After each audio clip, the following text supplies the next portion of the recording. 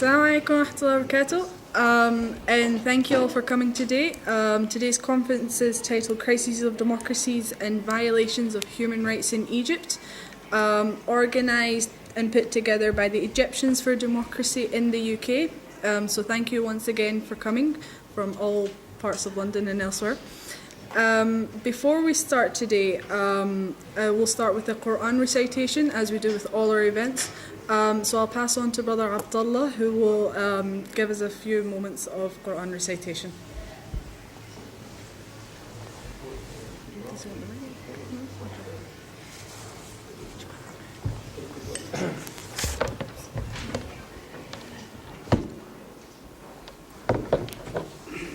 أعوذ بالله من الشيطان الرجيم بسم الله الرحمن الرحيم طاسيم ميم تلك آيات الكتاب المبين نتلو عليك من نبأ موسى وفرعون بالحق لقوم يؤمنون إن فرعون علا في الأرض وجعل أهلها شيعا يستضعف طائفة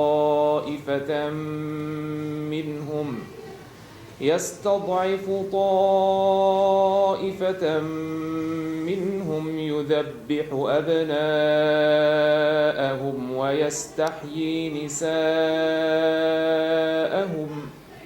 إنه كان من المفسدين ونريد أن نمن على الذين استضعفوا في الأرض ونجعلهم أئمة ونجعلهم الوارثين ونمكن لهم في الأرض ونري فرعون وهامان وجنودهما منهم ما كانوا يحذرون وأوحينا إلى أم موسى أن أرضعيه فإذا خفت عليه فألقيه في اليم ولا تخافي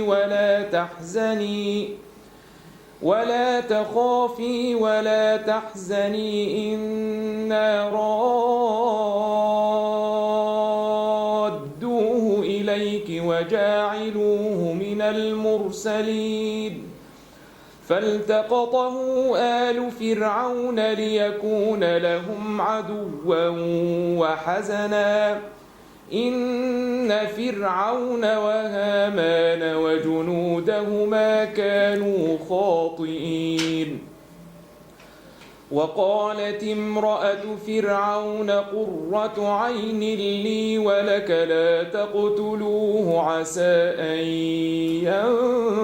ينفعنا أو نتخذه ولدا وهم لا يشعرون وأصبح فؤاد أم موسى فارغا إن كادت لتبدي به لولا أن ربطنا على قلبها لتكون من المؤمنين وقالت لأخته قصيه فبصرت به عن جنب وهم لا يشعرون وحرمنا عليه المراضع من قبل فقالت هل أدلكم على أهل بيت يكفلونه لكم وهم له ناصحون فرددناه إلى أمه كي تقر عينها ولا تحزن ولتعلم أن وعد الله حق ولكن أكثرهم لا يعلمون. صدق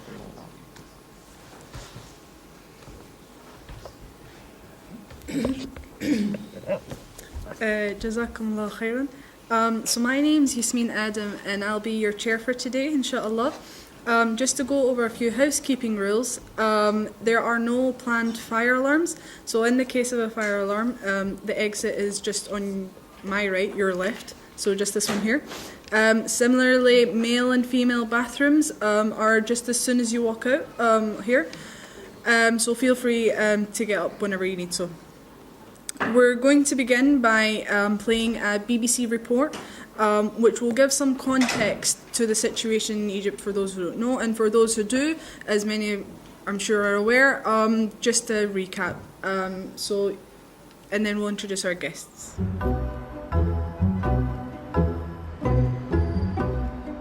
Welcome to Egypt. Enticing images of timeless hospitality and ancient attractions. A picture postcard view the authorities are keen to promote.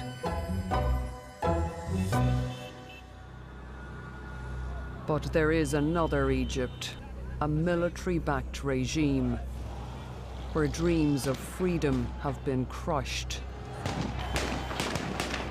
It's understandable to be scared with a regime that is not hesitant about killing. I've never seen a regime as bloody as Sisi's regime.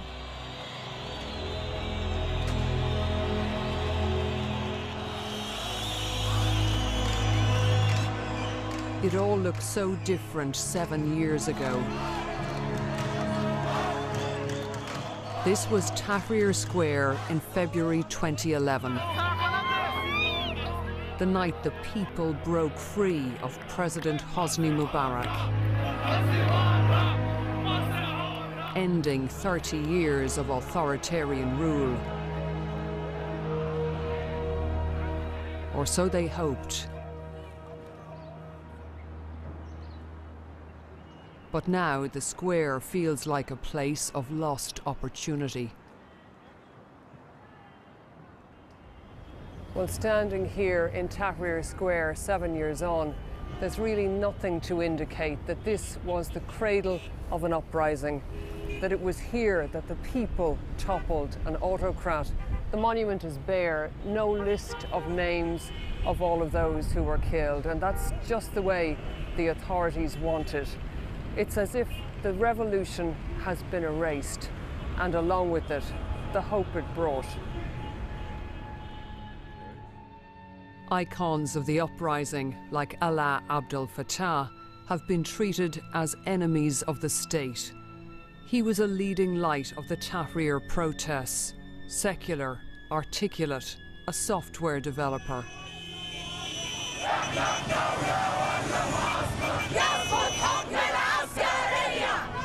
Abdel Fattah was accused of organising this protest.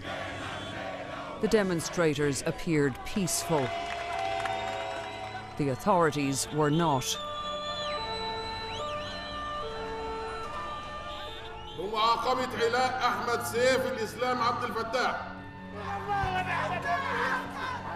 Others told the authorities they organised the protest, but he was still sentenced to 5 years. Another member of Egypt's generation jail.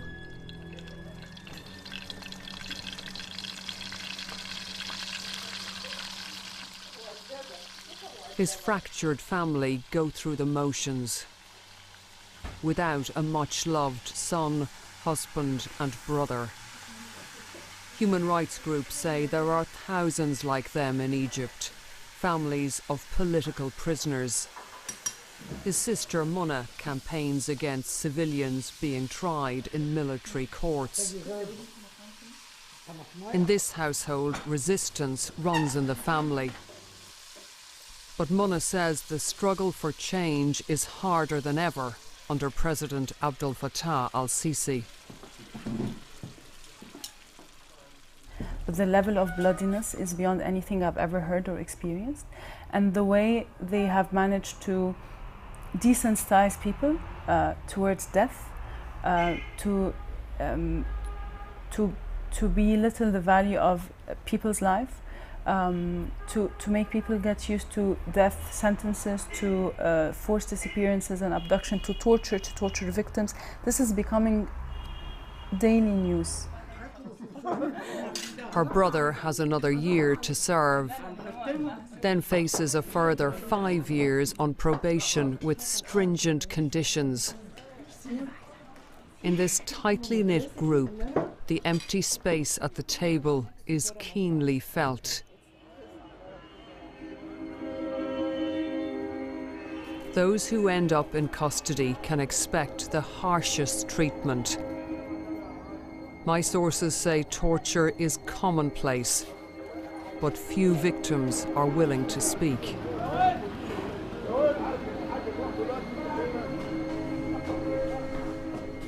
Mahmoud Mohammed Hussein has first-hand experience of the latest torture techniques.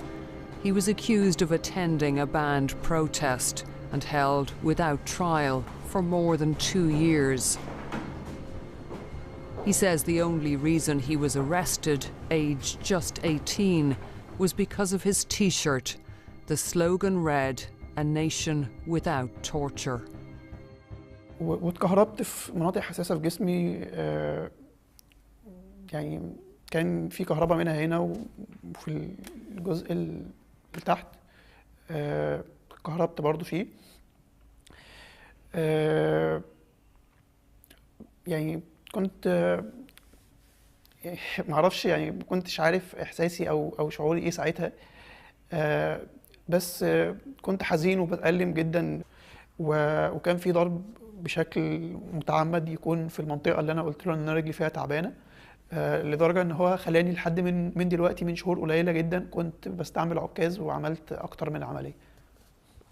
Aren't you afraid that by speaking out like this that the authorities could come after you again?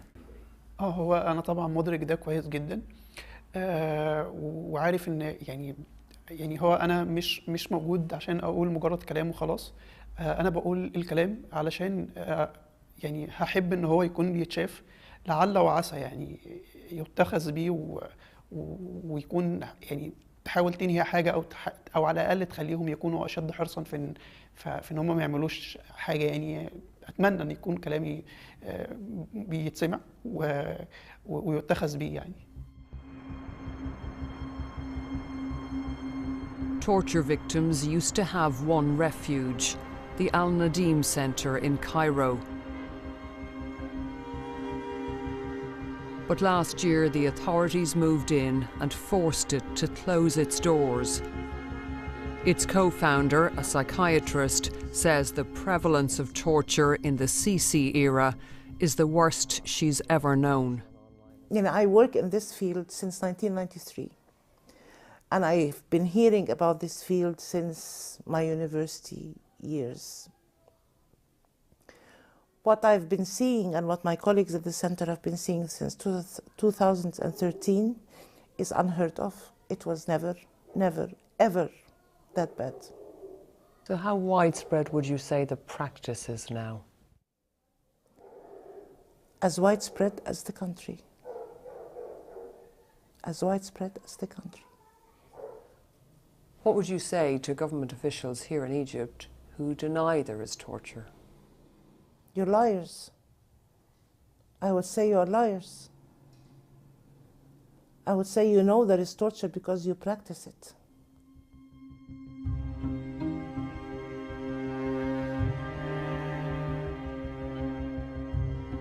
And then there are those who are hidden behind the sun. That's what Egyptians call the growing numbers who vanish from the streets and are held in secret by the state. Anyone opposing the regime is at risk. Human rights campaigners say enforced disappearances are a trademark of the Sisi era. They have documented at least 1,500 cases in the past 4 years. But they believe the real figure is much higher. This is Zubaida, a student of 23, who wants to open her own business. Her mother says she and Zubaida were arrested near a demonstration in 2014 and convicted of offences including attending a banned protest. She says they were in the wrong place at the wrong time and spent 7 months in jail, but were later acquitted. She tells me that in 2016, Zubaida was detained again at a police checkpoint and disappeared. She was dumped by the roadside after 28 days, a changed girl. فلقيت جسمها مقطع ومتكهربة يعني معذبينها وصدمتني لما قالت لي إن يعني اعتدوا عليها ويعني عملوا فيها كل اللي يغضب ربنا عملوا فيها كل شيء يعني مش كويس عملوا فيها فطبعا أنا صدمت طبعا. But her legal papers show the anguish did not end there. As Zubaida was struggling to recover, she disappeared for the second time last April. Her mother says neighbours saw her being taken by armed and masked police. ندور على زبيدة لي 10 شهور كل يوم نموت 100 مرة يعني أسرة كاملة اتدمرت أسرة كاملة من 6 أنفار أنا وأخواتها اتدمرنا بمعنى كلمة اتدمرنا إحنا لدرجة إن إحنا نتمنى الموت عشان ما اللحظة اللي إحنا فيها لحظة صعب جدا ودي Zubaida's treasured keepsakes are just as she left them, حضرتك دي زحلفة جايباها من waiting for her return. نظفها دايما. Her mother refuses to give up hope, refuses to be silenced. يا ريت ياخذوني أنا ويسيبوها هي يا ريت ياخذوني أنا اعتقلوني مع إن إحنا ما عملناش حاجة يعني إحنا ما عملناش حاجة للسلطة يعني إزاي بنتي مختفية واخدينها ويعذبوها وأنا ما نتكلمش إزاي أي قانون يقول الكلام ده ولا أي دين أو أي عرق يقول إن أنا بنتي مختفية واخدينها وأنا ما نتكلمش لا نتكلم لو كلامي هي يعود علي أننا نتعلق على حبل المشانق هنتكلم.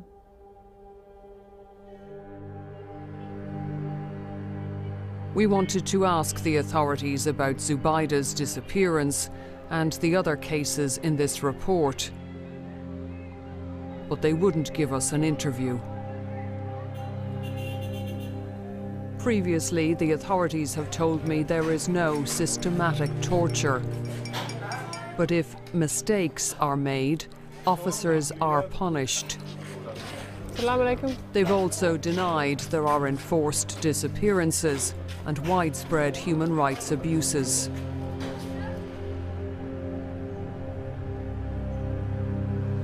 On the banks of the Nile, there's little hint of change.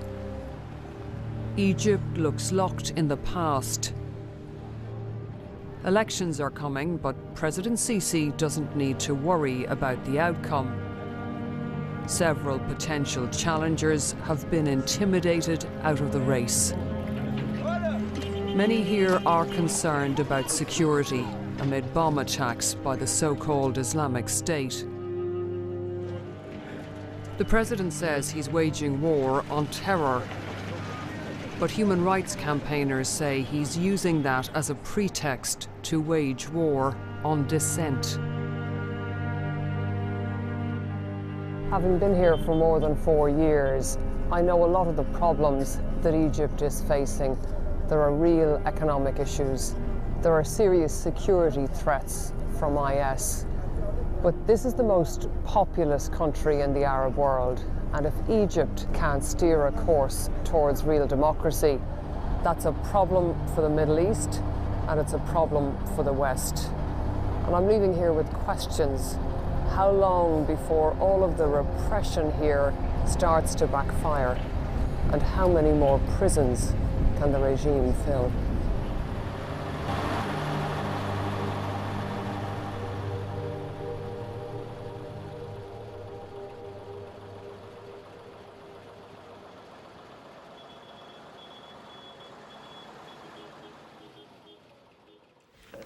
So this first session will last until 4 p.m.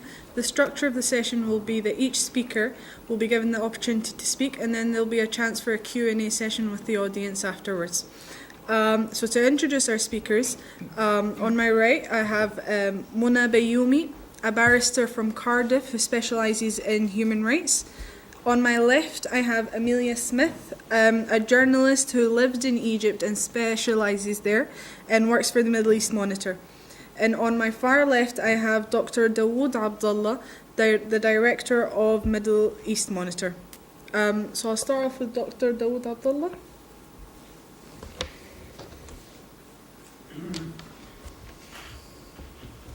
Thank you.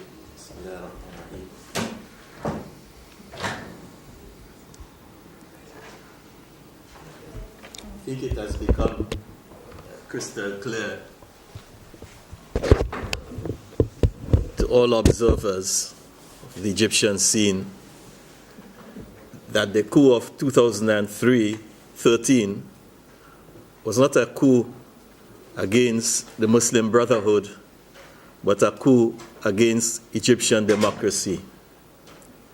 This is absolutely clear right now. And it was a coup planned internally and executed internally, but fundamentally it was supported by regimes across the region that saw democracy as a threat. And foremost among these, of course, is Israel, Saudi Arabia, and the United Arab Emirates.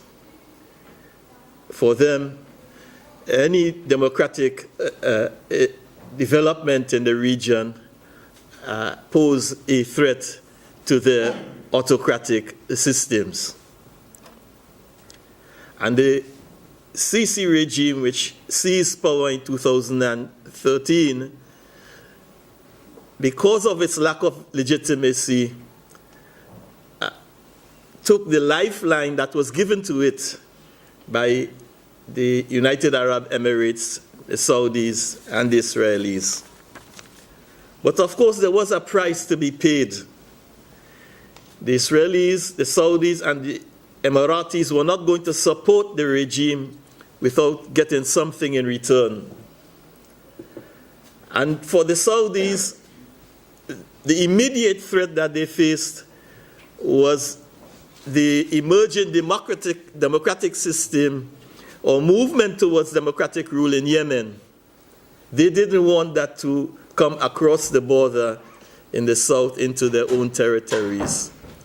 So Sisi had to play a role along with them to reverse the democratic changes that were taking place in Yemen. And similarly, for the Emiratis, he had to play a role in forestalling any growth of democracy in Libya.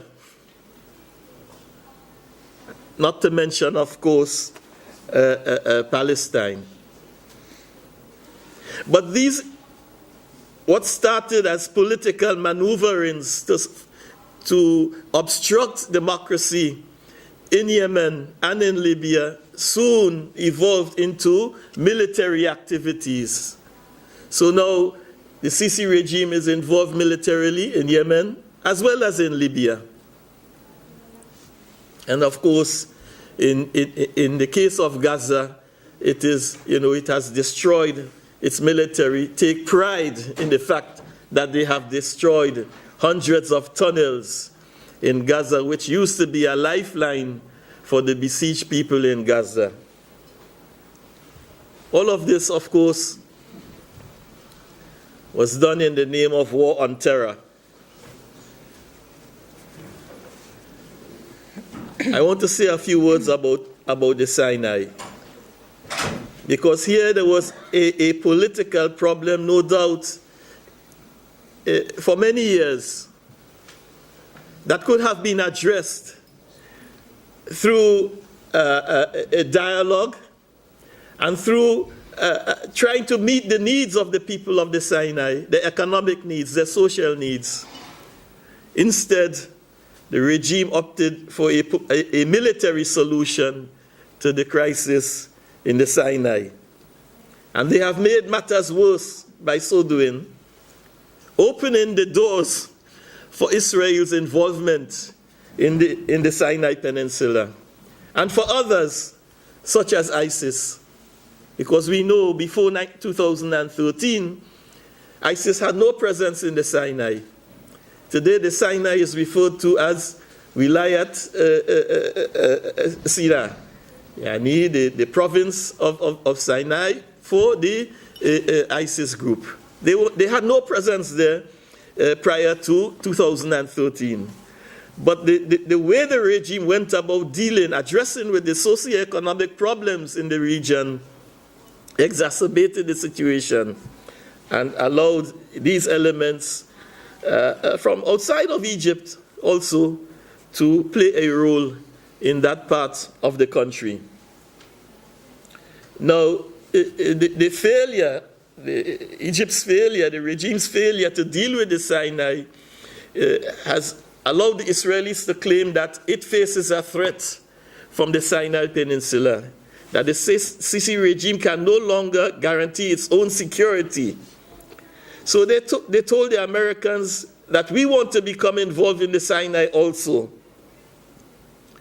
And so the irony of all of this is that when they toppled Morsi in 2013, they claimed that he was a threat to the Camp David Agreement, that the Camp David Agreement had restored the Sinai to Egypt from Israel.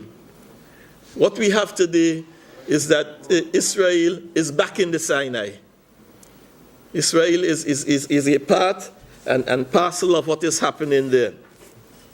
Last month, the New York Times published an article by David Kirkpatrick. That article was titled "Secret Alliance. Israel carries out airstrikes on Egypt with Cairo's okay." At the moment, the Israelis are carrying out military operations, airstrikes in Egypt with the approval, with the connivance, in total cooperation with the Egyptian regime. For the last 2 years, the report stated that there were over 100 airstrikes carried out by Israel inside of Egypt. Sometimes, in most cases, the aircrafts which they use, whether they are drones or fighter jets, they are unmarked. And instead of coming from Israel directly, they go around inside of Egypt and then come up to the Sinai to give the impression that this is not Israel aircrafts operating, but these are Egyptian aircrafts. The truth of the matter is, they are the ones involved. And so Kirkpatrick, he concluded his article by saying that this is the most remarkable reconfiguration, political reconfiguration in the region since 2011. He is right in that sense, because, as I said, Israel is now back in control of the Sinai. That's the reality.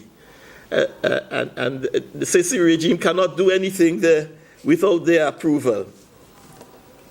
So I want to continue on this theme, just to raise some questions about the Sinai and what is referred to as the deal of the century. Because the Israelis are claiming that when Trump comes to the region in May to open the embassy in Jerusalem on the 15th of May of the century from Cairo, and a fundamental tenet of the deal of the century is what happens to the Sinai, that the Sinai would absorb the Palestinian refugees and will somehow merge with Gaza and Rafah in particular. Now, if we notice, there's a lot of diplomatic activity taking place in the region right now. And there seems to be some measure of credence to what the Israelis are saying about the Sinai. Because right now they are pressuring, he sent envoys to Jordan to pressure the Jordanians to accept the deal of the century, to accept that they have to make concessions in the Sinai in order to undermine the Palestinian aspiration for a self-determination inside of Palestine on Palestinian territory. But that Egypt would have to make concessions in the Sinai for this so-called deal of the century to be realized. Now, some questions I want to raise before I close is that if a government, if a regime cannot resolve its own internal problems, as is the case with the Sinai, is it qualified to resolve problems in southern Sudan, for example? They claim that they want to become involved in the southern Sudan to resolve the civil war in Sudan. Or are they qualified to resolve the conflict in Libya when they can't even resolve what is happening inside? You see, or in Yemen for that matter. It is clear that they're not qualified. And they have lost their way in the region. Neither can they play a role in the Syrian conflict. Because of their closeness to the Saudis and the Emiratis, they are not trusted by the Iranians or the Iraqis and the Syrians themselves.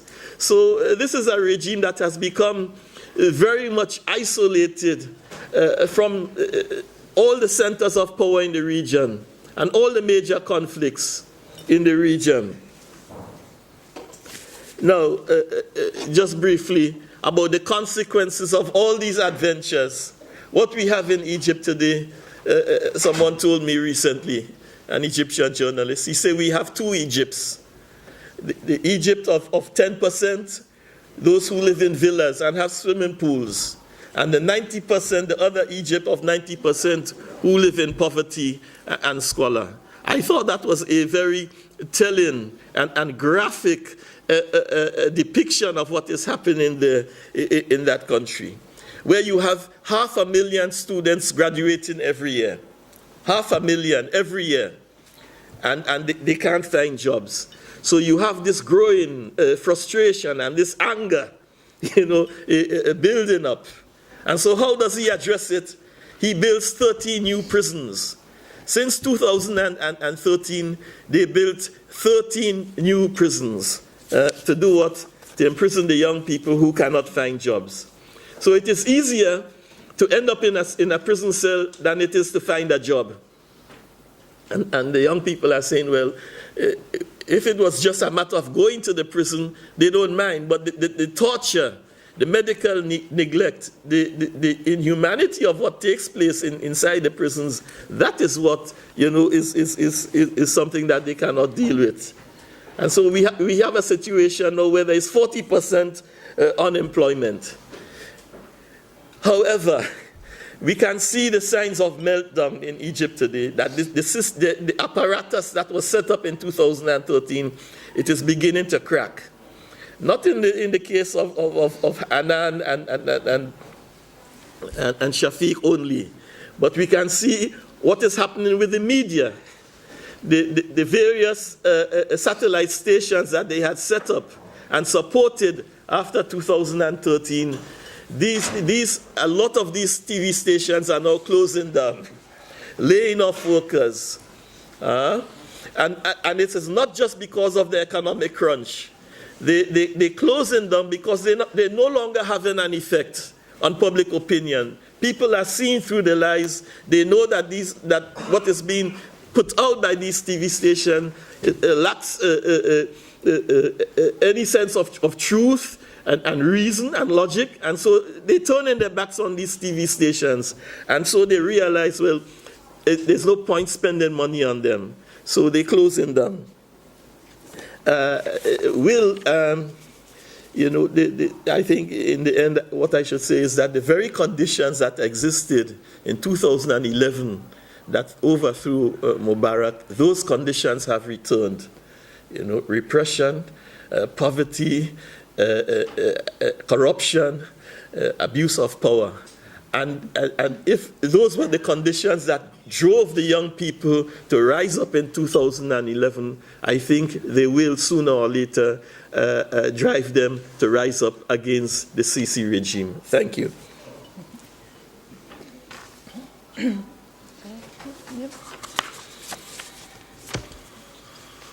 Sorry.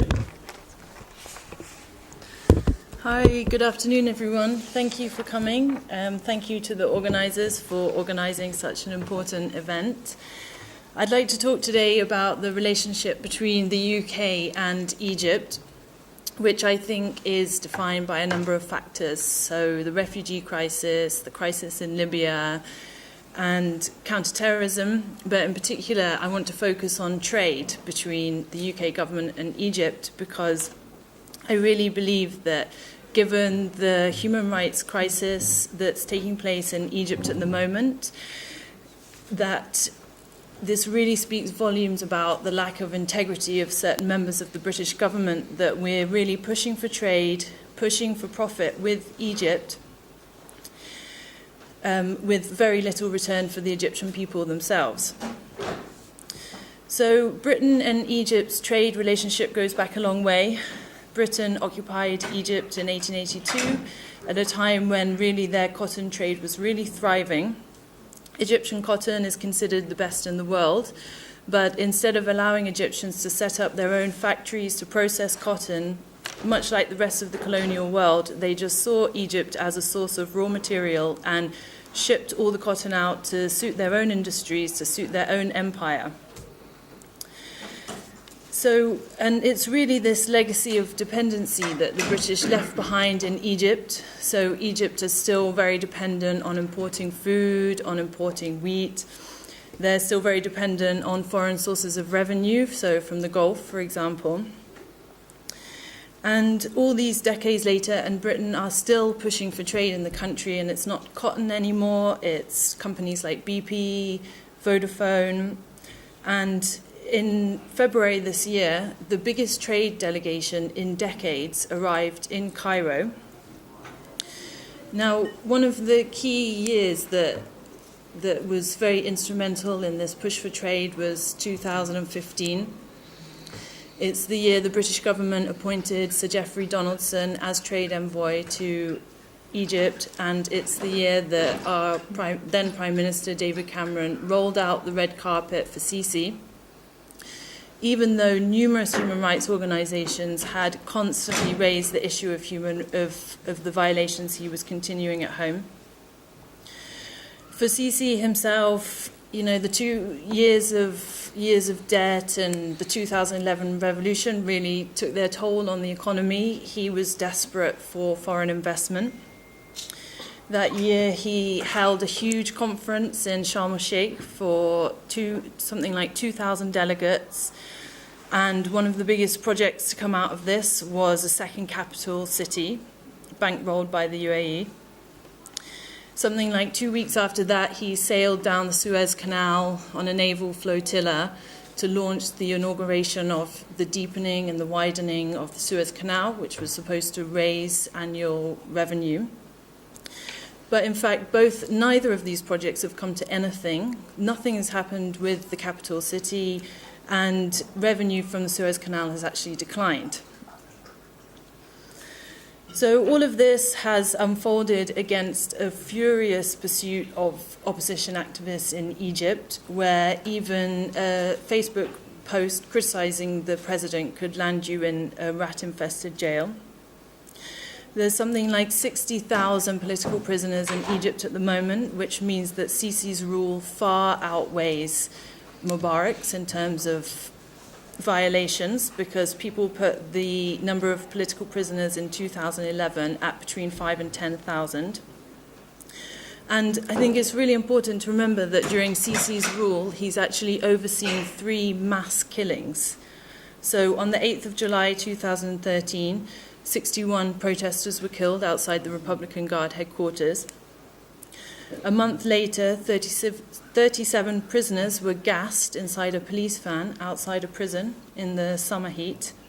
And, of course, the Rubber Massacre, which no one ever talks about, in which over 1,000 Egyptians were slaughtered in the street for protesting against the removal of the democratically elected government.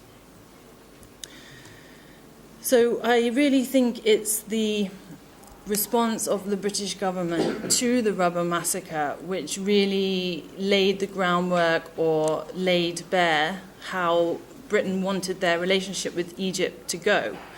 So Foreign Minister at the time, William Hague, said he was deeply concerned. So 1,000 people are massacred in the streets. The whole square where they're protesting is blocked off, so ambulances can't get in, can't get out. Security services go to each of the pharmacies nearby and say, do not give any medicine to these people. And our foreign minister says he's deeply concerned.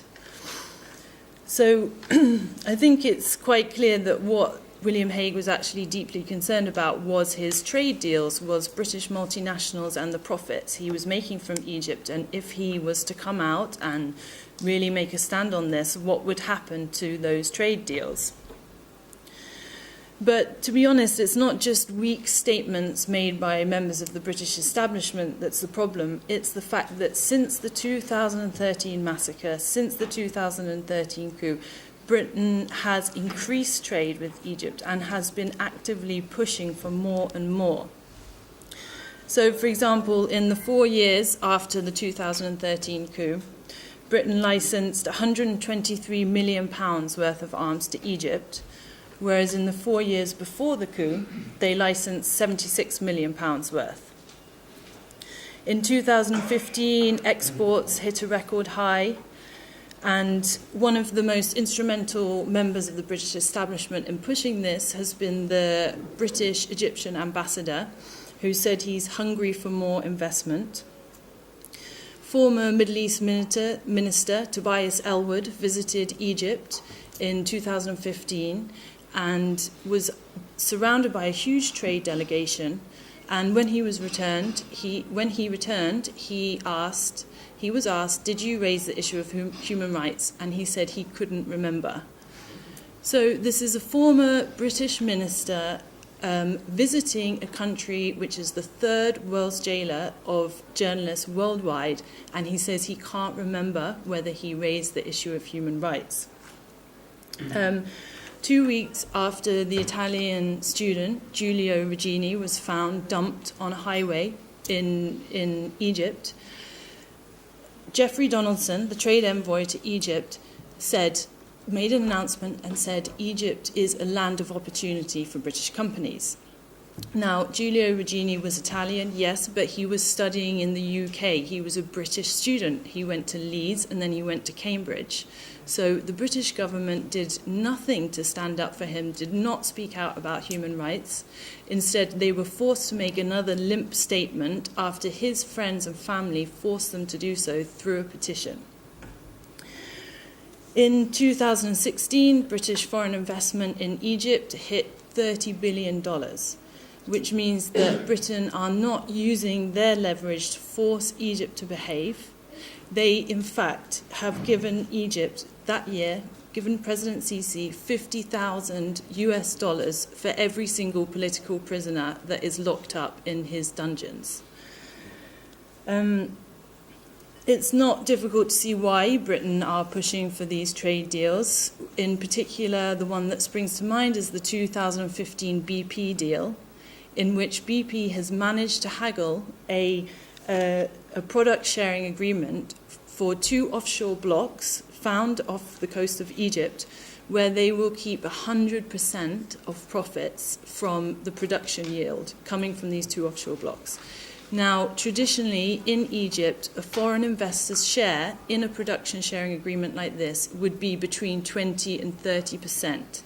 And BP have haggled a 100% deal. And this is being taxed. This is all revenue going to the British government. So a former advisor of Morsi estimated that this particular BP deal cost the Egyptian people something like $32 billion. And this is really what's at the heart of the problem with British investment in Egypt, is how much of it is going to fund schools, to fund roads, to fund education projects, and how much is going into the pockets of a wealthy elite close to the president. Multinationals themselves say this money will trickle down, that it will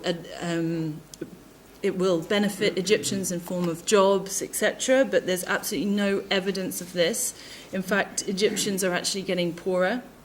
In 2013, 26.3% of Egyptians lived below the poverty line. In 2015, this figure went up to 27.8%, and it was predicted that in 2017, this figure would be at least 35%. Every Egyptian who you speak to complains about the rise in milk, bread, rice, basic commodities in Egypt. And to be honest, corruption is getting worse in Egypt. In 2015, the country scored 88 out of 168 on the corruption index. And in 2016, they slipped even further down, landing at number 108. The former head of Egypt's anti-corruption watchdog reckoned that between 2012 and 2015, Egyptian officials had squandered $67.6 billion. So you have a situation in Egypt where poverty is going up, corruption is going up, human rights violations are going up, but then British investment in the country is going up. So it's not difficult to draw the conclusion that instead of using their leverage, and they have a lot of leverage to use, in forcing Egypt to behave, in forcing them to, raise the human rights violations in the country, instead, the turmoil and the repression in Egypt is creating favourable conditions for British multinationals and for economic return and for profit. Thank you. They're just a few brief points, and I hope we can expand more on it on the Q&A.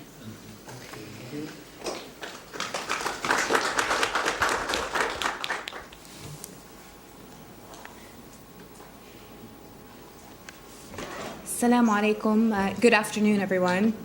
On my way down on the train today, I was thinking that whenever I come and speak at an event, I normally say something along the lines of, it's a real pleasure to come and attend. But the word pleasure just seems wrong when you're talking about an event like today.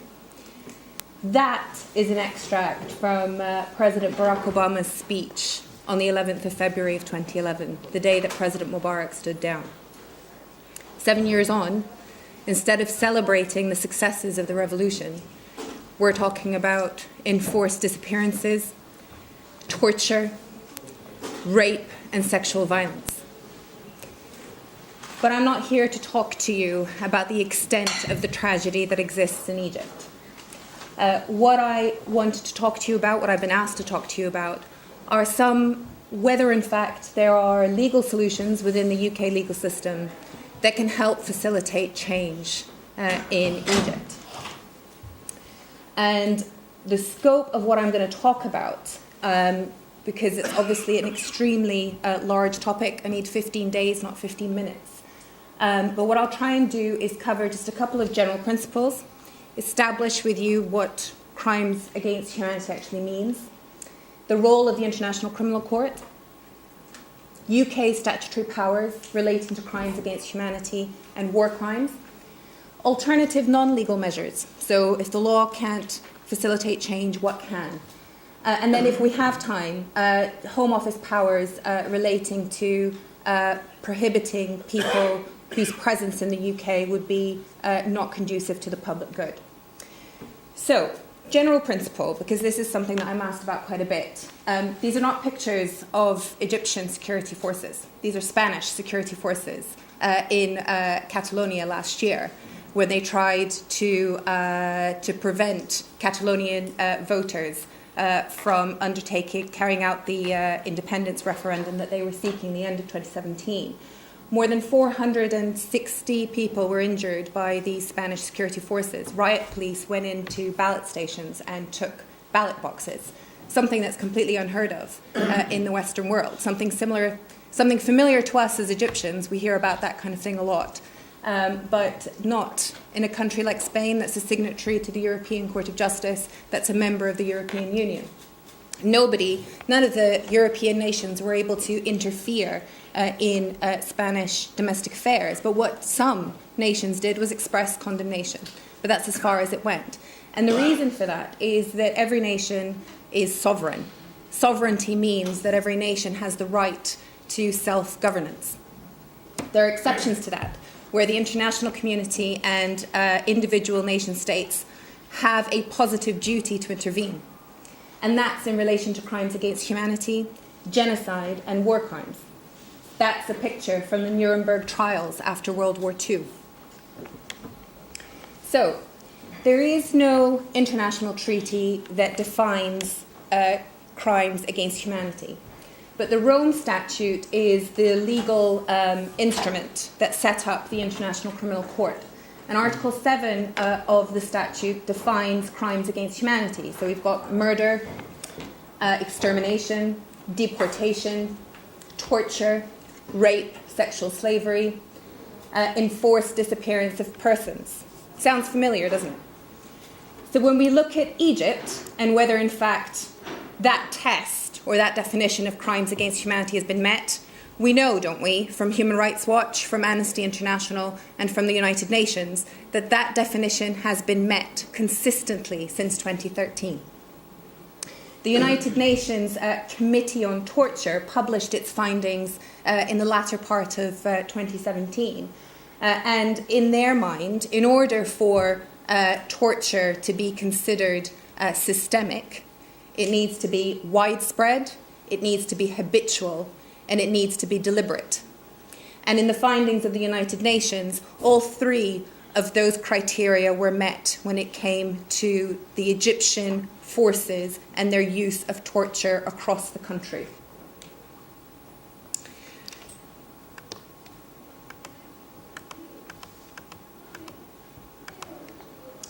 So, if that definition has been met, and if that's part of the remit of the International Criminal Court, can the International Criminal Court intervene in relation to Egypt and bring prosecutions?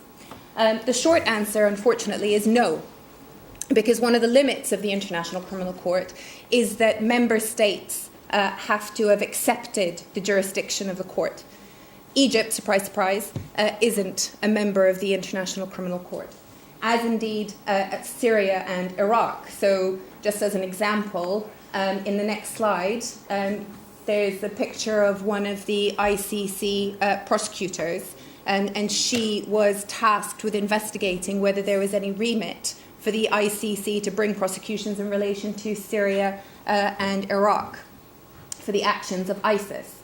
Unfortunately, the answer was no, because neither Iraq or Syria were members of the ICC. And although there were members of member states such as the UK who had been fighting there, it was considered that the jurisdictional basis was too narrow. So, if the ICC doesn't have a role to play, then who does? And where does the UK legal system fit in? Well, under international conventions such as the Geneva Convention and other conventions in respect of the prohibition against torture, the United Kingdom has a positive duty to codify in its own domestic legislation legislation to prosecute and penalise people who have breached those international treaties. So those laws have existed for some time. There isn't really the scope in today's presentation to go through them in any massive detail, but they've been around since after World War II and have resulted in prosecutions against members of the former Nazi regime. And with that, and this is something that some people may have heard of reported in the media over the years, is the possibility of UK magistrates issuing arrest warrants for private prosecutions in order for perpetrators of war crimes to be prosecuted on UK soil. even though the crimes weren't committed by British citizens and weren't committed on British soil. The first, one of the first controversial uses of that power we'll talk about a little bit later. But this is the idea of universal jurisdiction, and every single nation state has a positive duty to ensure that is complied with. Now, before 2012, private individuals could apply for arrest warrants without the consent of the Director of Public Prosecutions.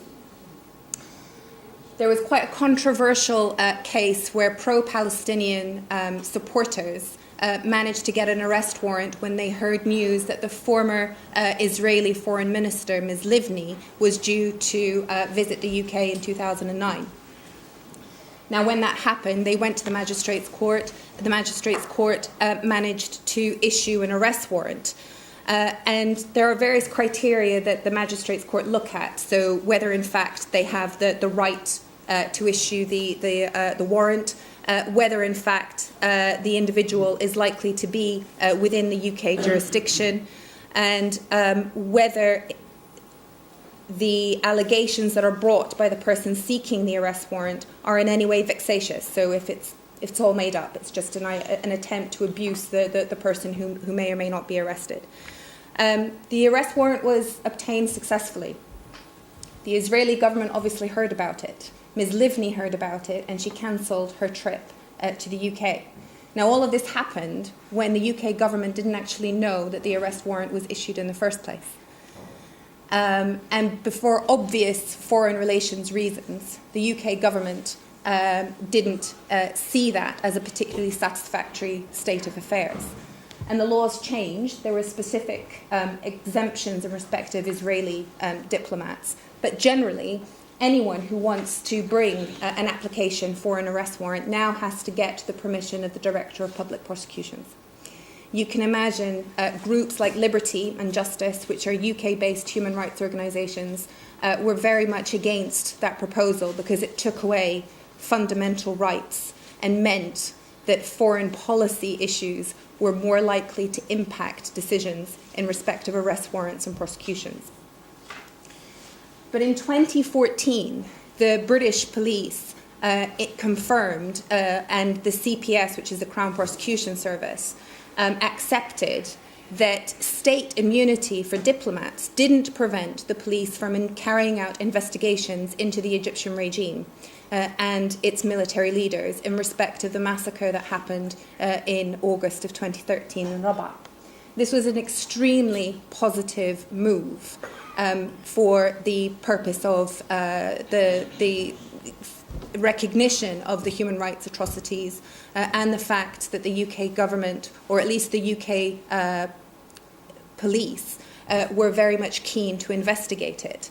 And whilst there was initial opposition because there was suggestion that these people are immune, they're diplomats, and therefore cannot be subject to investigation, it was held that they were able to be investigated. The question of prosecution, of course, is an entirely separate matter.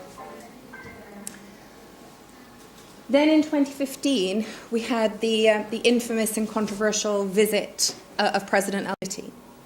If you get that, no British judge can interfere with it. That's a decision that's made by the Foreign Office.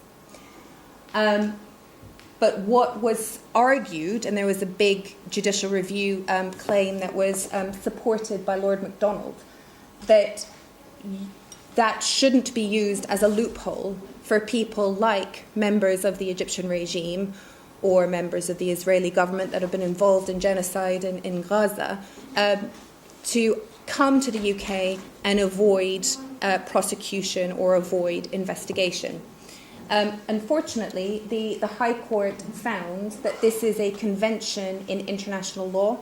The protection of diplomats and government members is a protection in international law. If the state receiving the person accepts that they are a part of a special mission, then that has to be respected. Otherwise, it would be a breach of international law. And so he came at the invitation of the Ministry of Justice, or the Ministry of Defence, I think it was. So we find ourselves in a situation where, in theory, the law is there to protect and to investigate and to prosecute. The impetus from the police here is there. But because of these loopholes, which are entangled with political concerns and foreign relations, whether in fact it's actually going to result in effective prosecutions remains to be seen. So some alternatives, if we could maybe just jump through a couple of the slides. And the next one. Okay, so if the law can't help us to exact change in Egypt, what can? Just a few examples from recent times. It wouldn't have escaped many in the room that Sir Crispin Blunt, who actually was opposed to David Cameron's invitation to President al-Sisi a couple of years ago anyway, but he has compiled a team of MPs and lawyers and a GP and has asked to have access to President Morsi in prison in Egypt. And that invitation was instigated by a letter that was written to him by President Morsi's son, confirming or setting out his medical difficulties and the concerns that the family had about him. And so Crispin Blunt made a public request to the Egyptian embassy in order to have a visa, in order to have access to him in Tora prison. As far as I'm aware, as yet, the Egyptian authorities haven't responded to that request. But it's quite a significant and positive move because, again, it shows that there is a willingness from the UK to try and cast a light on the human rights atrocities that are happening in Egypt. Diplomacy has shown over the past few years to have changed situations or affected change in respect of particular people. So you've got a picture of Aya Hegezi there with President Trump. And after she and her husband had spent 2 years in prison in Egypt because of the activities that they carried out. And they weren't political. They were just carrying out charitable projects, trying to clean up the streets, trying to set up projects that will help change the lives for people on the streets in Egypt. She was arrested along with her husband. They remained in detention for 2 years. And it wasn't until President al-Sisi visited Washington and following that we heard news that she was freed and that she and her husband were acquitted of all charges. And the reason why I bring that up is that through campaigning, through protesting, through raising awareness of individual cases, it may well be the only way for nations that have significant leverage in Egypt and in the region to be able to exact change for individuals. Amal Clooney, who's a UK-based barrister, has tried on a number of occasions to bring about change in Egypt and again to express public condemnation of the Egyptian legal system. And the International Bar Association published a report on the Egyptian judicial system and its failings in 2014. Emma Clooney went to Cairo in order to publish the report, and she was threatened with arrest because the report was obviously damning of the Egyptian government and the judiciary. The final thing that's worth mentioning is the Home Office powers to prevent entry of individuals under certain conditions. The immigration rules that apply to visitors and applies to everyone coming from overseas is that if somebody has engaged in activities, and it doesn't have to be criminal convictions, it could be just simply hate speech or other public statements, and intends to come to the UK, the Home Office has a discretion to refuse entry to the UK for those people if their presence will not be conducive to the public good. And in the past week, that power has been exercised in respect of 3 individuals, 2 American citizens that are associates of Tony Robinson. Tony Robinson is the controversial former leader of the English Defence League, has a few choice opinions on Islam and Muslims. Because of the husband was going to be giving a hate speech in Hyde Park in London, and she was going to be meeting and interviewing Tony Robinson, and it was considered that their presence was not conducive to the public good. They arrived in Luton Airport, they were detained, kept in detention for 2 days, and then they were sent back. And there was a Canadian journalist who was also denied entry for the same reasons.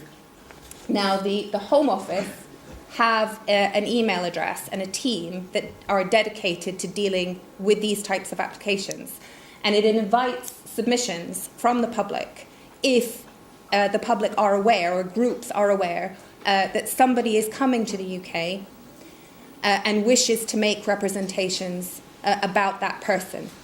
Now, the obvious example are Egyptian news presenters and journalists who have been inciting acts of terror and acts of torture against members of the Muslim Brotherhood or anyone who is perceived to be a supporter of them or anyone who speaks against the regime. Everybody in the room probably knows the obvious examples of those journalists and news presenters and TV presenters that have said some pretty horrendous things on Egyptian media.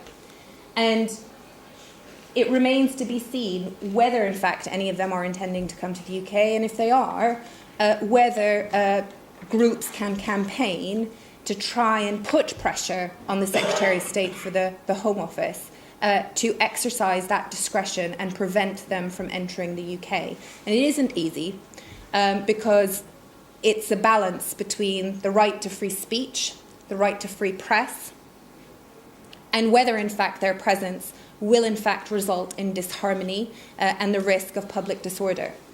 But I would say that it is well worth preparing yourselves, and if anybody does have material that they want to submit, that they should do it. And if you have perhaps work collectively and get some signatures and express solid opinions as to why you think their presence here in the UK would be against the public good, then we may well be able to stop these people from coming in. And it might not have an immediate impact on what happens in Egypt, but it's symbolic, isn't it? And it shows that the UK government is willing to take steps, albeit indirectly, to express some kind of condemnation.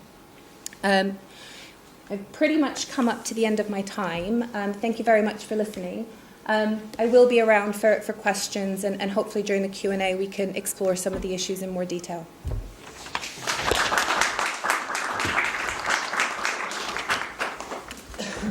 So a massive thank you to all our speakers. We're now opening the floor to Q&A. You can direct your question to a certain speaker. We'll try our best to balance that out. Also, if you feel more comfortable asking your question in Arabic, we can do our best to translate as well. So we're now opening the floor to Q&A.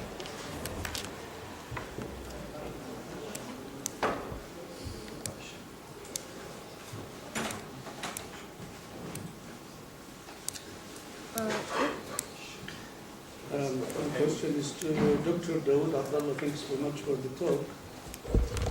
You have already mentioned and talked about Sinai and the deal of the century. Some people actually dispute this kind of deal, and they sometimes even accuse people of this is kind of allegation which is unrealistic to happen. So I would like to hear your opinion, please. The question is, there is some little controversy surrounding the deal of the century, whether it exists or not. I think that's the essence of it. It is true that the American administration has not announced it or submitted it formally to the Palestinians in particular.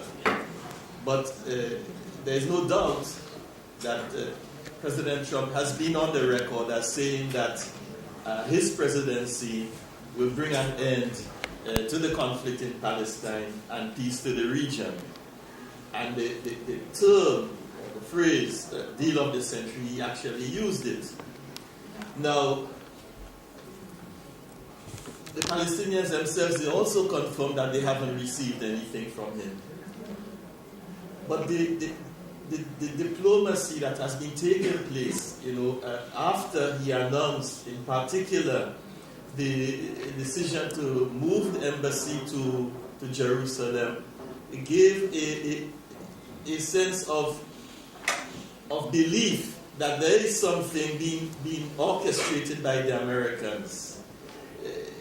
First of all, his first foreign visit was to Saudi Arabia. And he called all of, 57 leaders from the Muslim world and the Arab world included to that summit in Riyadh. Now, when he announced that he was going to transfer the embassy to Jerusalem, and there was a summit called in Istanbul, none of the Arab countries, went, the major countries like Egypt and Saudi Arabia. They sent very low-level delegations to Istanbul, and that was an indicator that, that the Saudis were not prepared to resist the American, initiatives. I think that there is an element of truth in the whole thing. First of all, the transfer of the embassy, there is no doubt about it.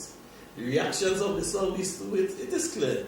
It's very lukewarm. There is no opposition to it, as well as from the Emiratis and the Egyptians. They've given some lip service and say Jerusalem is a red line. But we know that is not the case. And in recent days, the pressure is mounting on Mahmoud Abbas. The Saudis apparently have offered him some large sums of money, if he were to accept. And this is coming from PLO sources, that the Saudis are actually trying to buy Abbas or lure him into acceptance of, the American proposal. Whether we call it the deal of the century or not, the Americans have something in mind, and what it entails essentially is a compromise on Jerusalem, and perhaps most disturbingly, a compromise on the Sinai. Sorry. Yeah, my name is Mohammed Sudan. My question is for Amelia. You talk about this kind of agreement, trade agreement between the Egyptian authority and UK, and how far is the Egyptians lose money, lose their resources from this kind of corruptive agreement as well. I need you to shed light about how far is the another countries plus UK. For instance, there is an agreement or trade between Italy, which is called any company Civil Gas, and they did just recently an agreement with the Egyptian authority for a well of gas well in the north coast of Egypt. And the deal was 30% for Egypt and 70% for Italy. And the common trades like this, it's just a 50 and a 50. Is that, any other agreements or trade agreements between the Egyptian authority recently after the coup and other countries, and why the Egyptian never talk about this? Why the Egyptian parliament never talk about this? We lose our resources, we lose our money, and our people are living under the poverty lines, and they need their money, they need their resources. Thank you. I think definitely under Morsi that was one thing, because his advisor, Hatem Azam, was the one who said, look, this BP deal is costing us $32 billion. So he was really, really pushing to get a better deal with BP. With the Italian deal, Eni, they found the largest offshore natural gas off the coast of Egypt, and that happened to coincide with Giulio Regini's death.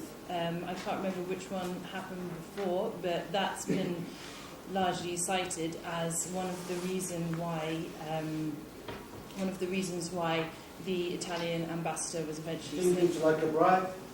Yeah, I mean, I just think that, Egypt are so desperate for foreign investment because of the 2011 revolution, because of years of debt where no natural gas company would give anything to Egypt because they were just building up more and more and more debt. So they're desperate for foreign investment now. And these companies are desperate to invest in Egypt because they're giving them such ridiculous deals because they're desperate. And yeah, I just find it very sad that none of this money is really going to Egyptian people who are the people that really need this money. I think, so in the end of the 2016 tax deal, Vodafone, who are the company that turned off the internet during the 2011 revolution, we should remember, paid like $166.4 million to the Egyptian government. BP paid $84.6 million, and just where is this money going? It's a large amount of money. Kind of very sad. Question? I'm from Birmingham. Thanks for all the speakers. A question for the second and third speakers. Do you think in the Egyptian case that the British political and economical sort of interests did override the British values of democracy and respect for human rights?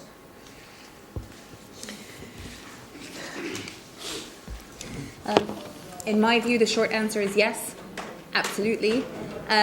David Cameron went and visited Cairo shortly after the revolution, and he was filmed going through the crowds in Tahrir Square and even speaking to a young child and asking him, "Are you now happy?"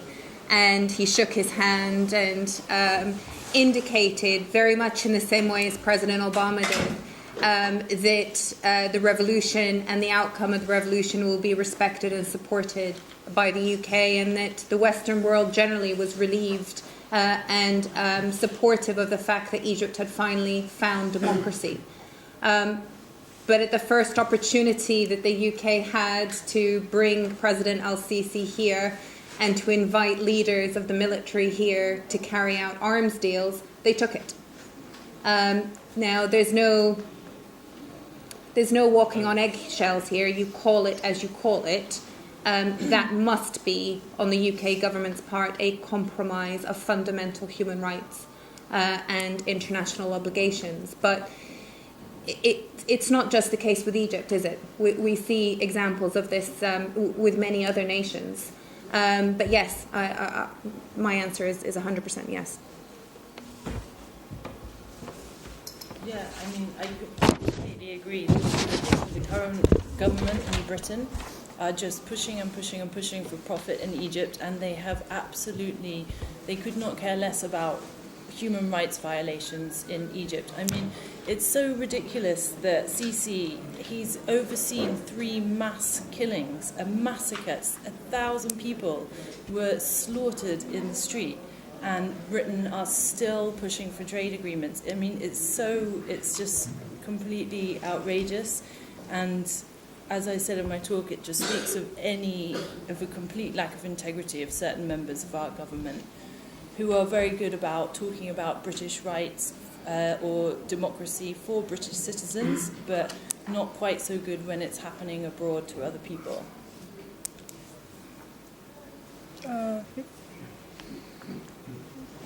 Regarding the situation in, when you talked about the chance of using the influence of countries who got leverage on Egypt, I just would like to attract your attention that in case of Aya Hijazi, she is an American national. Yeah.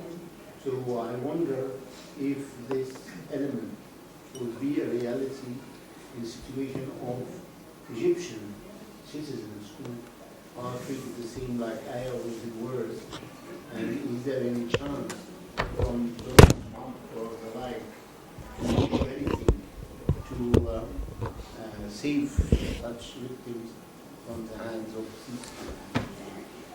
Well, That was the dilemma, wasn't it, when Emil Clooney was representing Mr. Grast, the Canadian journalist. Now, he had the opportunity of possibly being pardoned and being deported from Egypt in order to just simply leave because he was a dual national. And one of his primary concerns was that would mean that he would leave his Egyptian colleague behind in prison. So obviously the leverage of somebody like Donald Trump or Theresa May or any other Western leaders may well just be limited to people who are dual nationals. But the leverage perhaps could extend beyond that, because if they use their leverage, there's nothing to stop them from citing examples of other people who are solely Egyptian nationals, who aren't dual citizens, and say that this cannot continue to happen. This is a breach of international conventions, if they wanted to do it. But that's where campaigning comes in, isn't it? The campaign. Mind you that Ibrahim Hamel was an Irish. Yeah. It made him 4 good years. Yeah. Before the Irish government can do anything. Yeah. It won't probably be the same if he was, may I use the word, pure Irish. Yes. Yeah, I accept that entirely. There are limitations. So we should probably not put too much hope on this, or try to explore if there is on our part something to balance this, where to find a way to address those who got the power to be sincere and less hypocritic when they deal with such a situation. Yes, absolutely. I accept that 100%.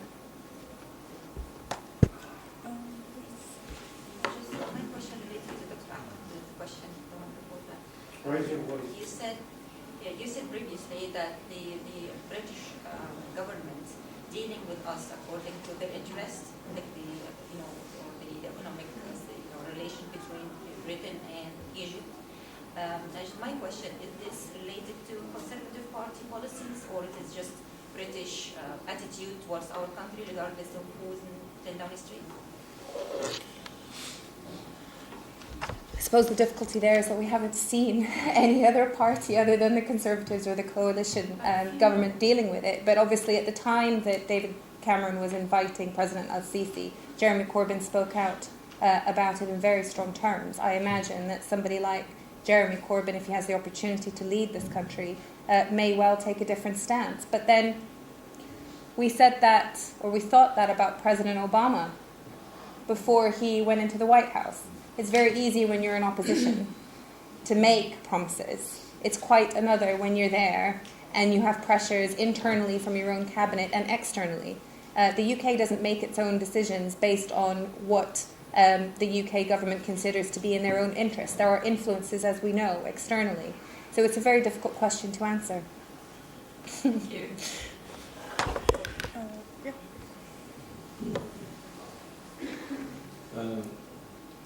One question to Amelia and one question to Mona. The role of ambassadors in human rights reporting.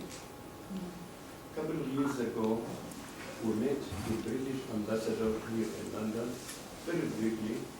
We talked with him and he told us that he is not allowed, he is implementing the British government policy not to contacting the opposition in Egypt. And we are the opposition of the current regime. Our ambassador in Egypt is very fluent in slang Egyptian language. He talks, he likes to be pictured while he's eating pisir. Pisir is a rotten fish, but he likes to eat it and have a picture of it so that he says that he is feeling to the Egyptian food, so to speak. He also talks about sahlab, and sahlab is a drink like tea and so on in Egypt. He likes to play football with the children, etc., etc. But his rule he has no obligation to report on human rights in Egypt, particularly when we contacted the Foreign Office here or the Prime Minister office in London here. When they answer us, they never mention the issue of human rights as it's being known in the media or in reality. So if this a policy of the British government or the ambassadors not to report human rights abuses? Well, I think John Casson had, like, every time that there's an attack on a Coptic church, he, quite rightly comes out and condemns it. There are certain human rights issues which he has a problem with, but if he thinks it's something that's going to stand in the way of Egyptian UK trade, then he doesn't come out. And so, for example, after Giulio Regini died, 5 British MPs were visiting the UK, and he tweeted, because as you said, he's very active on Twitter, and tweeted, what are your priorities when for, things that these UK MPs should raise when they come to Egypt, and not one of the options were human rights.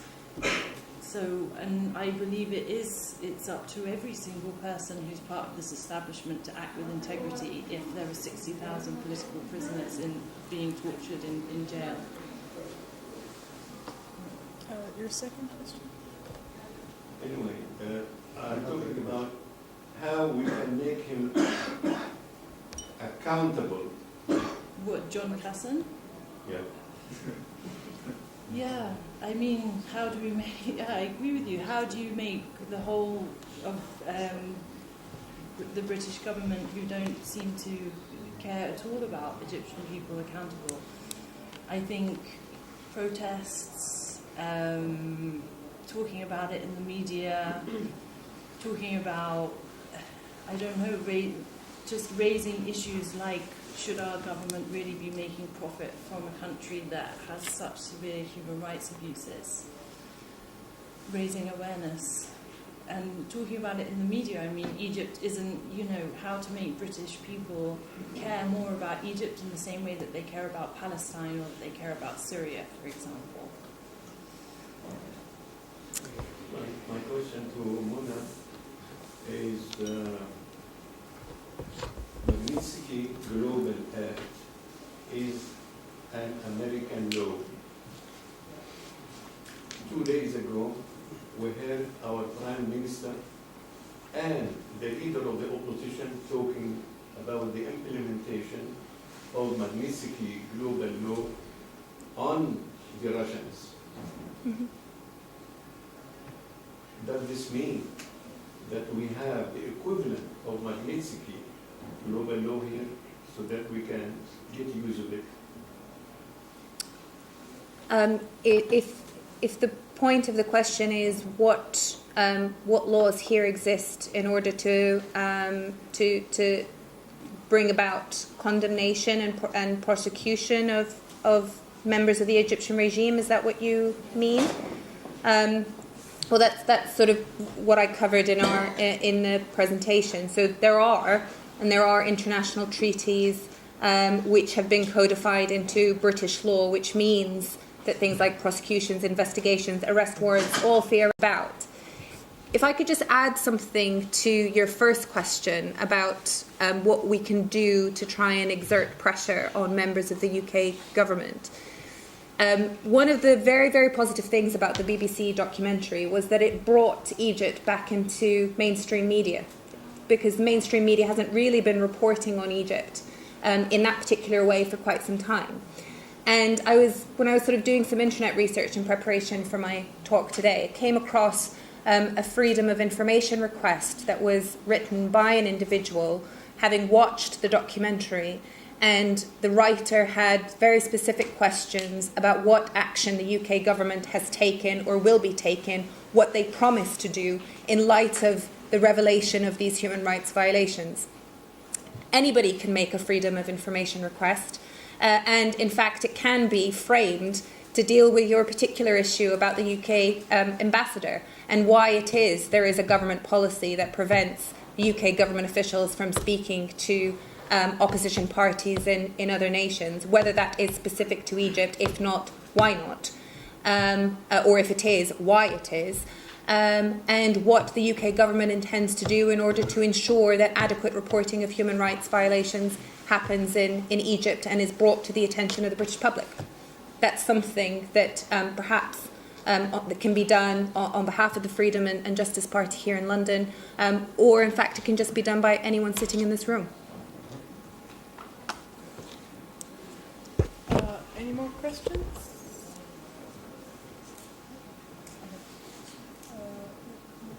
Okay, that's fine. We'll wrap up this first session, so I'm sure you'll join me in thanking our guests today for their time and for their knowledge. There'll be a coffee break for half an hour. There'll be tea and refreshments provided, so if you go out this door and straight to your left, you'll be guided to where the coffee will be provided, and then we'll start back at 4:30, so please be back for 4:30 or session number 2, please, and thank you.